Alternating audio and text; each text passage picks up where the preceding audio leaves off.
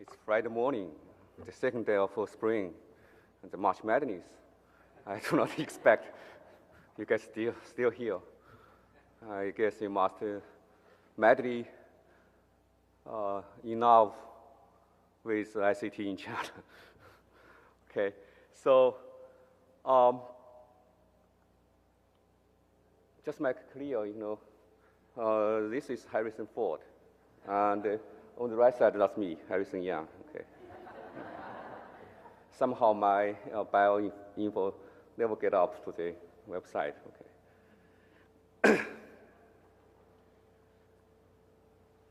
Like United States and many countries, China has launched its national educational informatization plan for 2011 to 2020.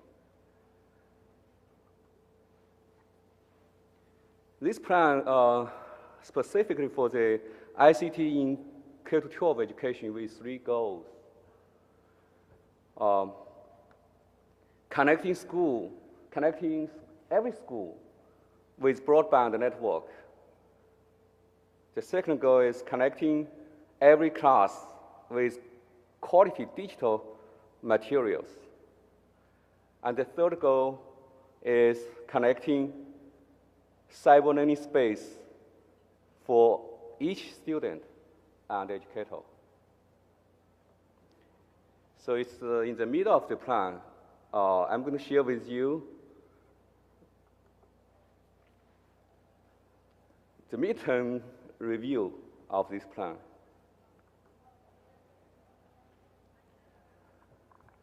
The goal number 1, connecting schools through broadband network, is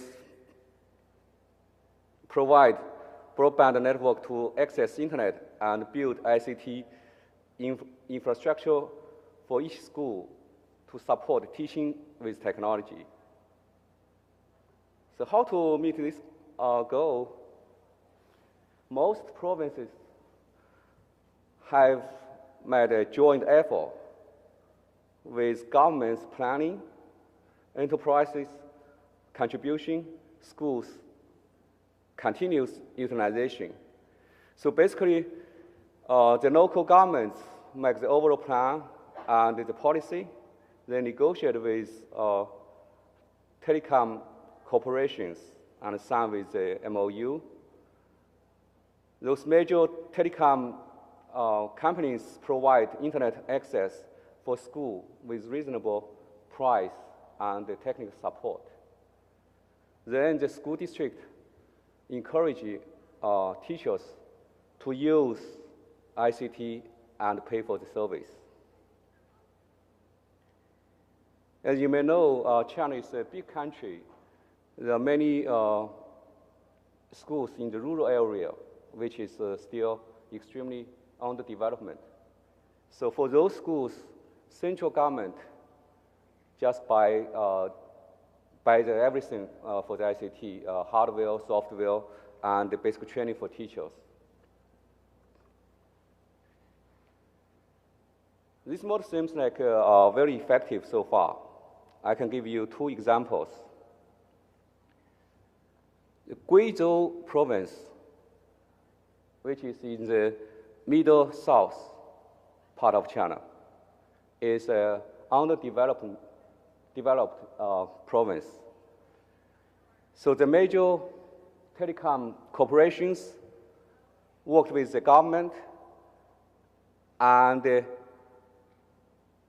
led the optical fiber to all schools. Then those schools, depend on their needs, start to rent this service for teachers.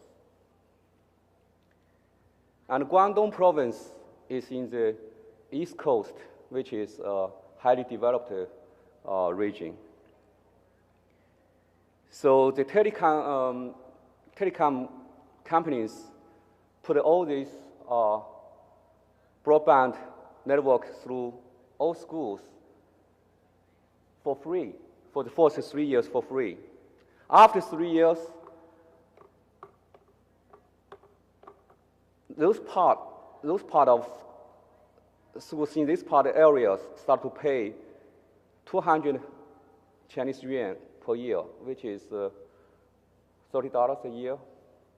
And the rest part of schools in these areas still for free.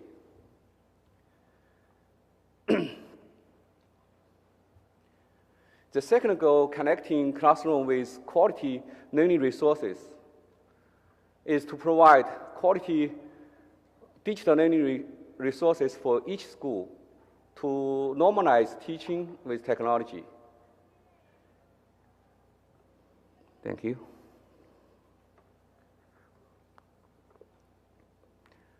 In order to meet this goal, the central government and the provincial governments, again, worked with the company to connect all these digital learning resources, put into a public platform, and share with schools, students, and teachers.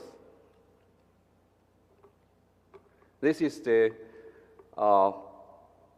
figure of the national public platform of education resources, developed 2 years ago, and now it's become quite popular. Here's the actual logs.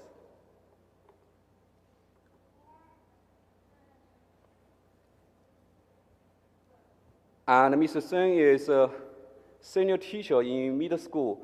He had a reflection on this service. According to him, this platform is quite useful for his teaching.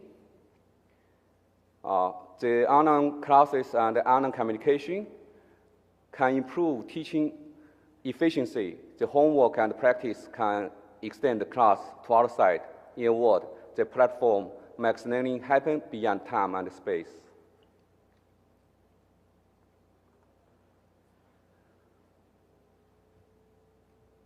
Well, the quality digital learning materials have developed by the local government and central government. There have been some new types of learning, teaching, and classes appeared. So I can give you some specific examples. In terms of new learning, Zhengzhou No. 2 school in Henan province provide tablets for 5,000 students for free. And teachers work together by organizing digital learning materials, prepare the learning activities for students. Then students learn from the tablets, also tracked by the teachers.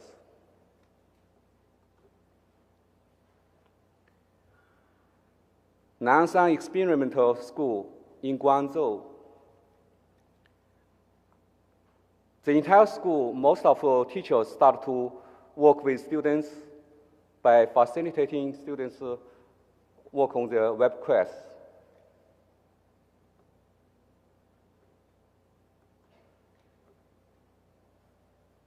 Is Bonnie Dodge here? Bonnie Dodge is not here, right? He must be very happy. He's popular over there. All right. And Chongbei Elementary School in Sichuan province start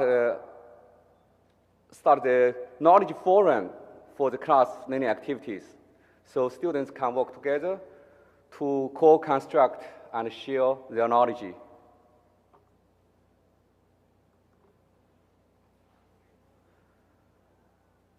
And Nongling Xialu Elementary School in Guangzhou province.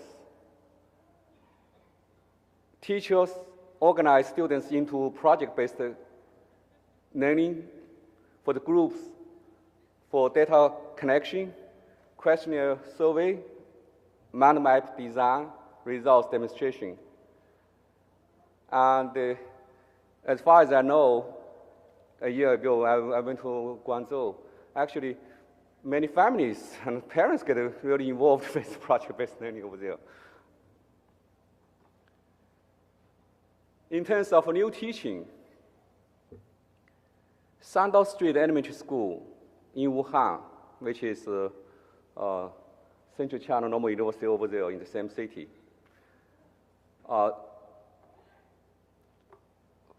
56 teachers use a cloud-based platform to prepare lesson plan, prepare the class together, and deliver all these learning activities through the cloud, and then reflect monthly to improve for the next class.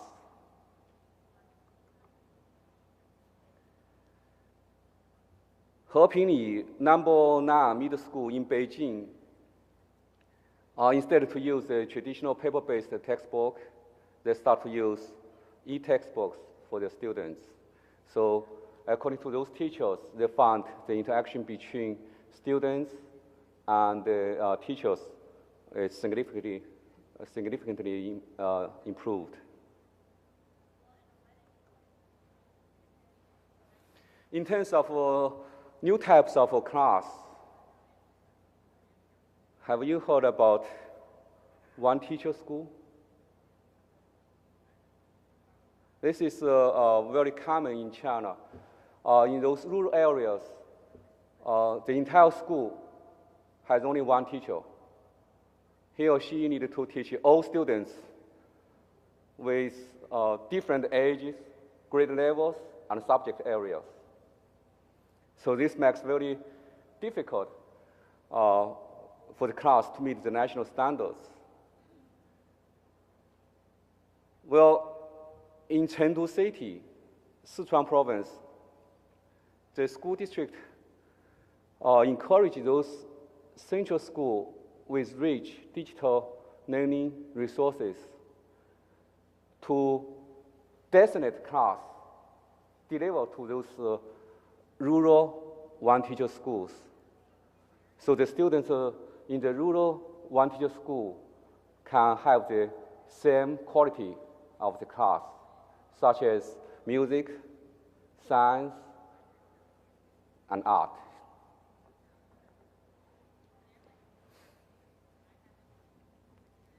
For those understanding, excellent teachers, they get invited and work with the technical expert to go to the cyberspace to share their class, their reflection, their pedagogy, so those teachers can observe and interact, discuss with those elite teachers.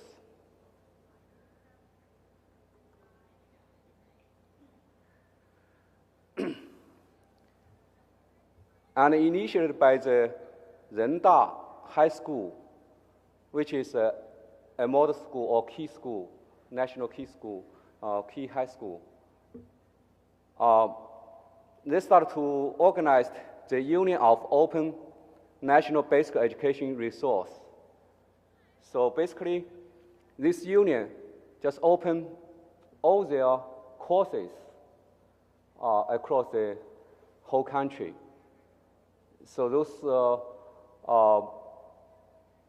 rural area schools can observe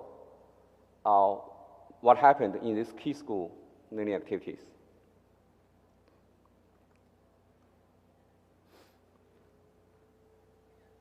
Am I doing okay? Okay. It's Friday morning, so usually Friday morning for me is start in Chinese now. All right. All right. So the goal number 3, connecting cyberbase for each student and teacher. This is kind of learning community with personalized learning environment. Ideally, each person, student or educator, should register with the real name so they can organize and supervise it. It's still under development with some principles. Teacher go first, and vocational education go first.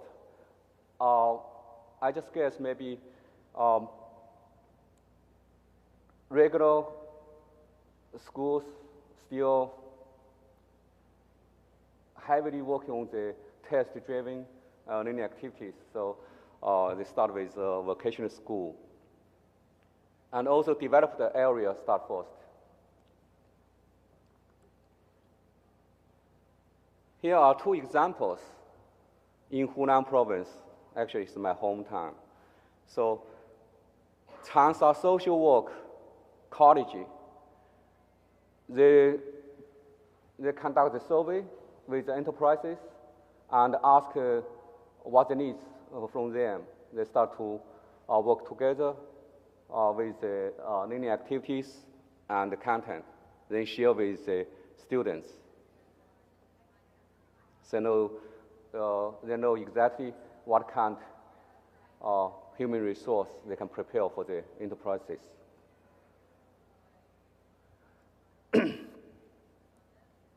And Hunan Vocational School of Railway Technology,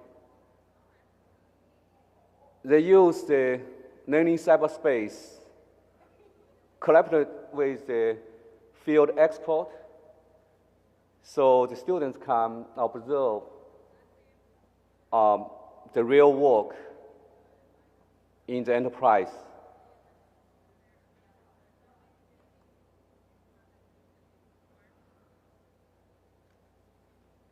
And there are some major projects with the national plan. The first one is called the expanding coverage of digital learning resources in one-teacher schools. In November 2012, Minister of Education and the Minister of Finance jointly initiated the project of expanding coverage of digital learning resources in one-teacher school. So they want to make sure those rural area, those schools in the rural area can receive the quality learning materials. For some areas, actually, the optical fiber cannot reach, so they send the satellite receive devices to the schools.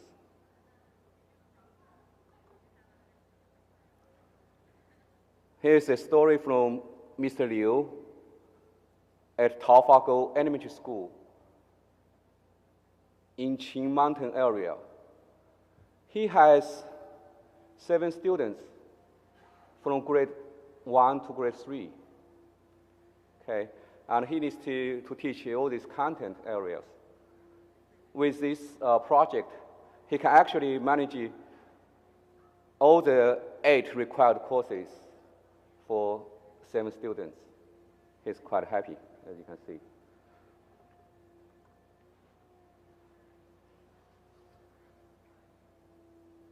And here is another example.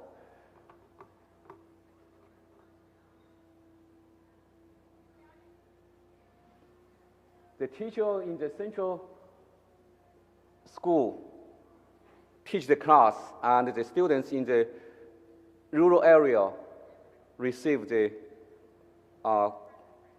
instruction.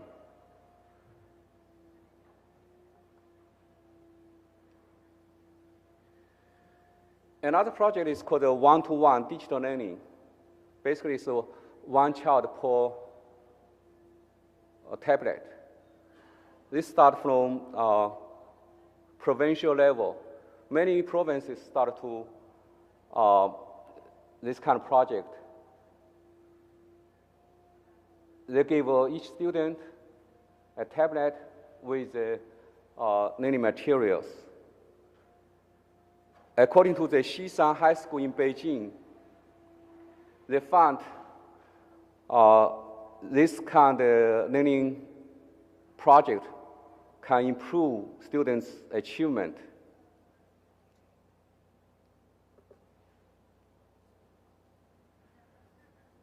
Another project is called the experiment of leapfrog development in basic education innovation initiated by the Beijing Normal University.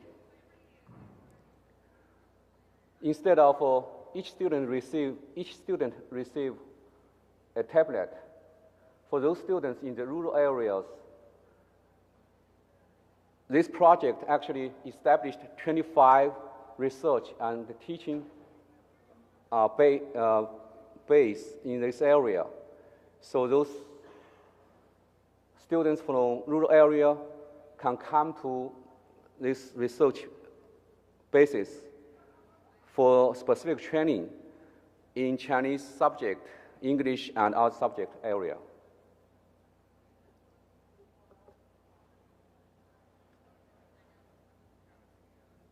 According to the Haiyuan County in Ningxia Autonomous Region, they did the comparison study. Students in the experimental school compared to those students do not participate in this project. The experimental group had a significant improvement in the character of words, reading, and writing in terms of Chinese proficiency test.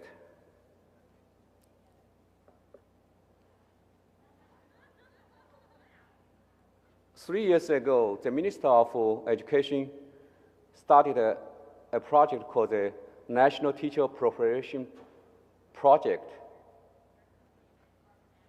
According to this project, by the end of 2017, more than 10 million primary and secondary teachers should be trained.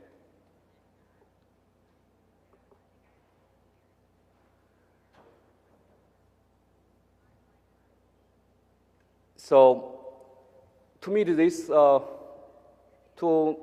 accomplish this project, in China, more than 10 normal colleges, they organized National Teacher Education Network Alliance. So basically, all these teacher candidates can participate in any of these universities' programs for free.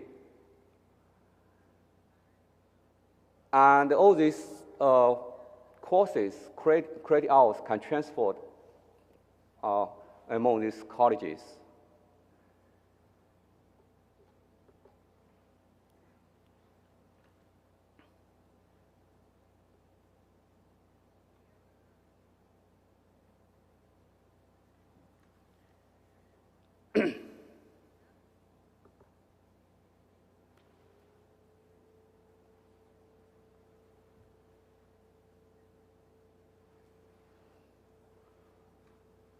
Well,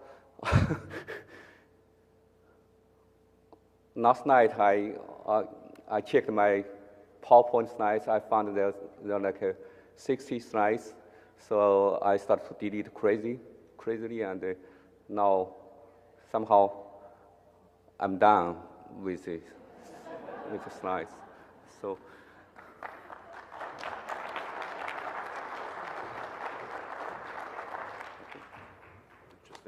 So we're a little bit early. We're going to take a break and have the conversation, but if we want to ask a few questions. I just want to make one observation. I began working with you and your colleagues when this was in a draft stage, then it was published. It's the first time I've heard some of the initial results. You're in the States long enough to know that the world's overwhelmed by the numbers that are going on. The one teacher school concept, 67,000? Is that what are those numbers? Right. I mean, the numbers are staggering. So I can't believe, I guess it was about 3 years ago, the draft, and then the publication, and this much progress, and the enormity of the task is overwhelming. So we can take a few minutes for questions for Harrison, and then a break, and then we come back for the more informal conversation. Yeah, please, Nikki. Good. And he takes questions about film, too.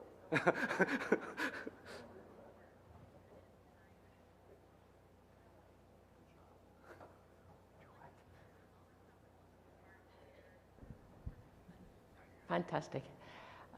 Kia ora and hello from New Zealand, and to say fantastic, just like Mike, I'm absolutely gobsmacked. I don't know what the New Zealand word for that is in Māori. I think I had no idea how fast you were moving. In a way, I'm sort of not surprised, but I can't just be amazed. We have some students going to China to work in kindergartens as their student placement and to collaborate in English-speaking kindergartens, which brings back wonderful experience to us in New Zealand because, of course, we have lots of students with many aspects of Mandarin speaking and so on. And I'm wondering how you are working with the students in your initial teacher education and bringing those faculty on. Obviously, some faculty are working with the school teachers, but what about, does that involve all of the faculty? Is initial teacher education institutions like Beijing Normal moving so fast as well? Well, let me give a try to answer your question. The normal universities in China, many is prepared for teachers, but somehow, let me say, 10 years ago, all these normal universities, they have a very ambitious goals. They wanted to become like Harvard or Yale University, and they lost their focus for prepare teachers. And as I mentioned about the National Teacher Preparation Plan, started 3 years ago. So Beijing Normal University, Central China Normal University, East China Normal University start refocused to think about our faculty should focus to prepare teacher candidates, teachers for these K-12 schools.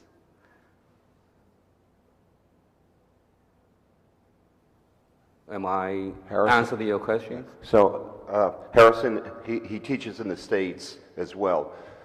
I first met you because I went to an iPad program in the Wuhan #1 school. So I think you're talking about partnerships between the university and the school, teachers and schools. So maybe you can talk about how the faculty and administrators at CCNU work in the local schools. Is that what you were asking about, Nikki? It's really whether the initial teacher education is preparing the students for these schools. They're changing. So are you preparing your future teachers to go into schools with e-learning, one-teacher schools, mobile devices, and all of that? Right, right. Well, I can give you one example for specific prepare those teachers for one teacher school. As we can see, those one teacher school always located in the faraway rural area. They're poor and they're not really attractive to those teachers to be there to teach. So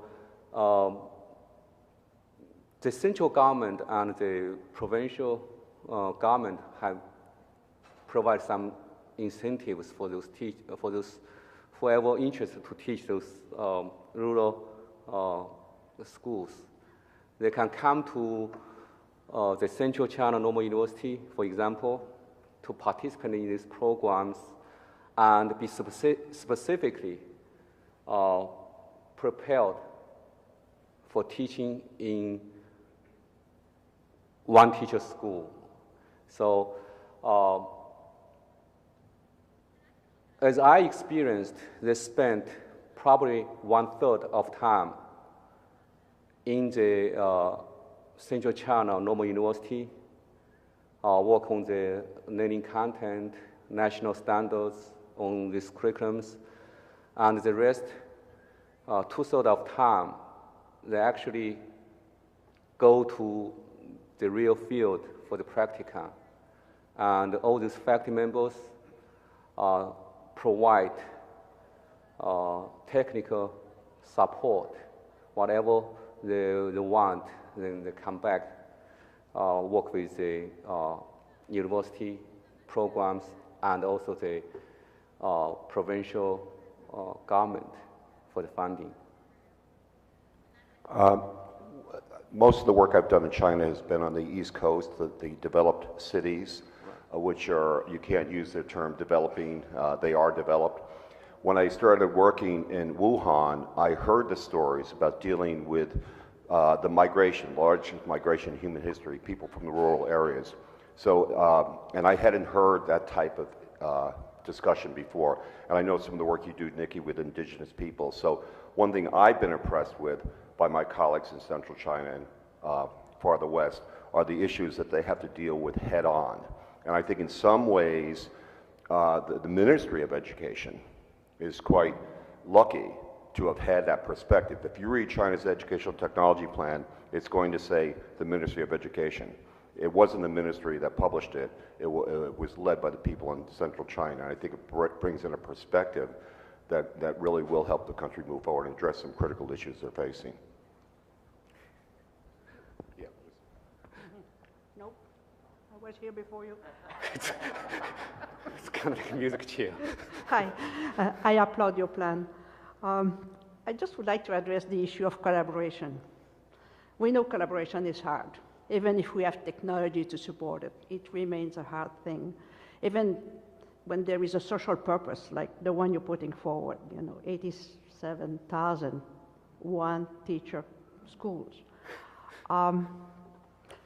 Those one-teacher schools have one teacher who is the master on board, and in their culture, in their school culture, they are deciding everything. And the plan now is saying, okay, let's move toward collaborative work. I like the idea very much, and this is for me a great possibility with the digital technologies that we can move along the collaborative route. How do you plan to make it happen in terms of, are you planning any incentive for teachers, or is it a matter of the difference between the East and the West? Do you think you are more into a culture of collaboration that we may be in North America? I'm from Canada, but how would you move forward with that? Okay, I answer your question, but not officially. It's just based on my personal point of view. How this kind of collaboration work. In China, it's kind of like a top-down management system. Okay. So when the local governments to make the policy to decide they would like to pursue this goal, to encourage the rich digital learning resources school collaborate with the one-teacher schools. They have some policies actually required those schools to have the partnership with one-teacher school and also assessed yearly by the performance. So we don't have. Yeah, that's a part of. Also, when those central school districts work with rural area schools, they can get some fundings for their school. So incentives also be there. But as far as I know, it's not entirely, totally voluntarily, but it's kind of requirement for the partnership. Thank you. All right. Ni hao. Thank you for a very fine I presentation. can't understand. That's Japanese. No. Yes, That's yes. Chinese. Yeah. I'm Gerald Kinesic. Thank you for a fine presentation. And I think being a fine representative of your country, and that's my question. I noticed even your jokes are pretty good in English. I understand that soon there will be more people in China speaking English than there are speaking English in the USA.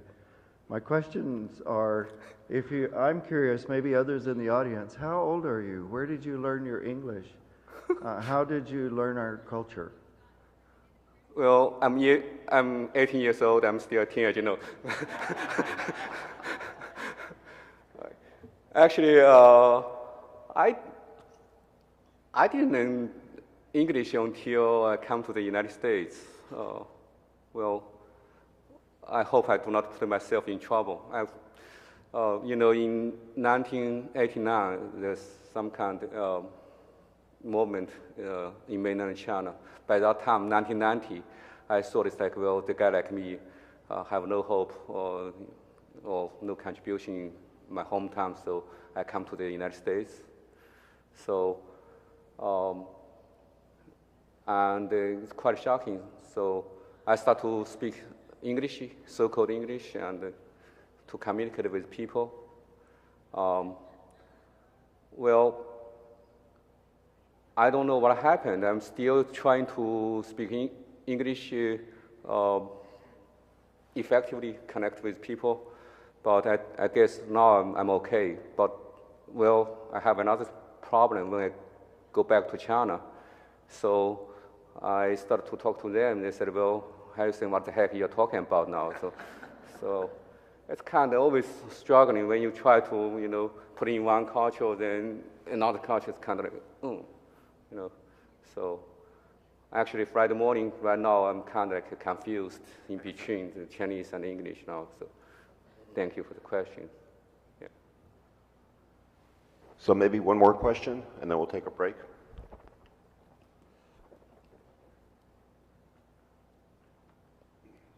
Hello, good morning.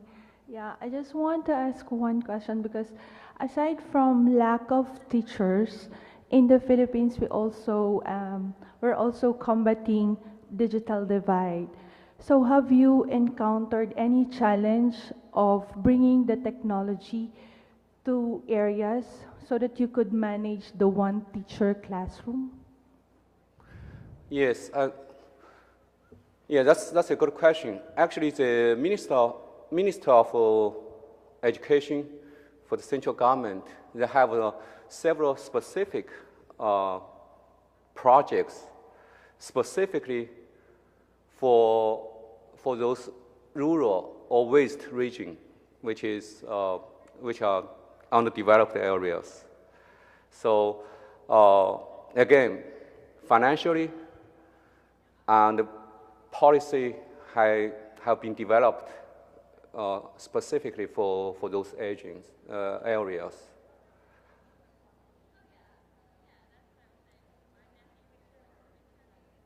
Thank you.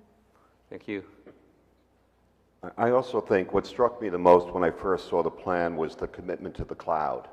And that was one of the reasons that they did that. They knew they had to reach so many people.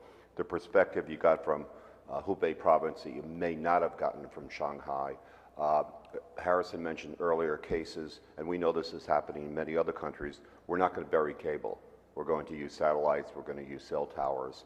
So basically, anyway, mentioning 3G, looking at technologies that may not be as wide bandwidth, but it still gives us a way to get the content to people. So when I go to NERCEL, it's always at a time that there's some Western company, Oracle, Microsoft. They work a lot with companies that would provide the technical infrastructure to make that work.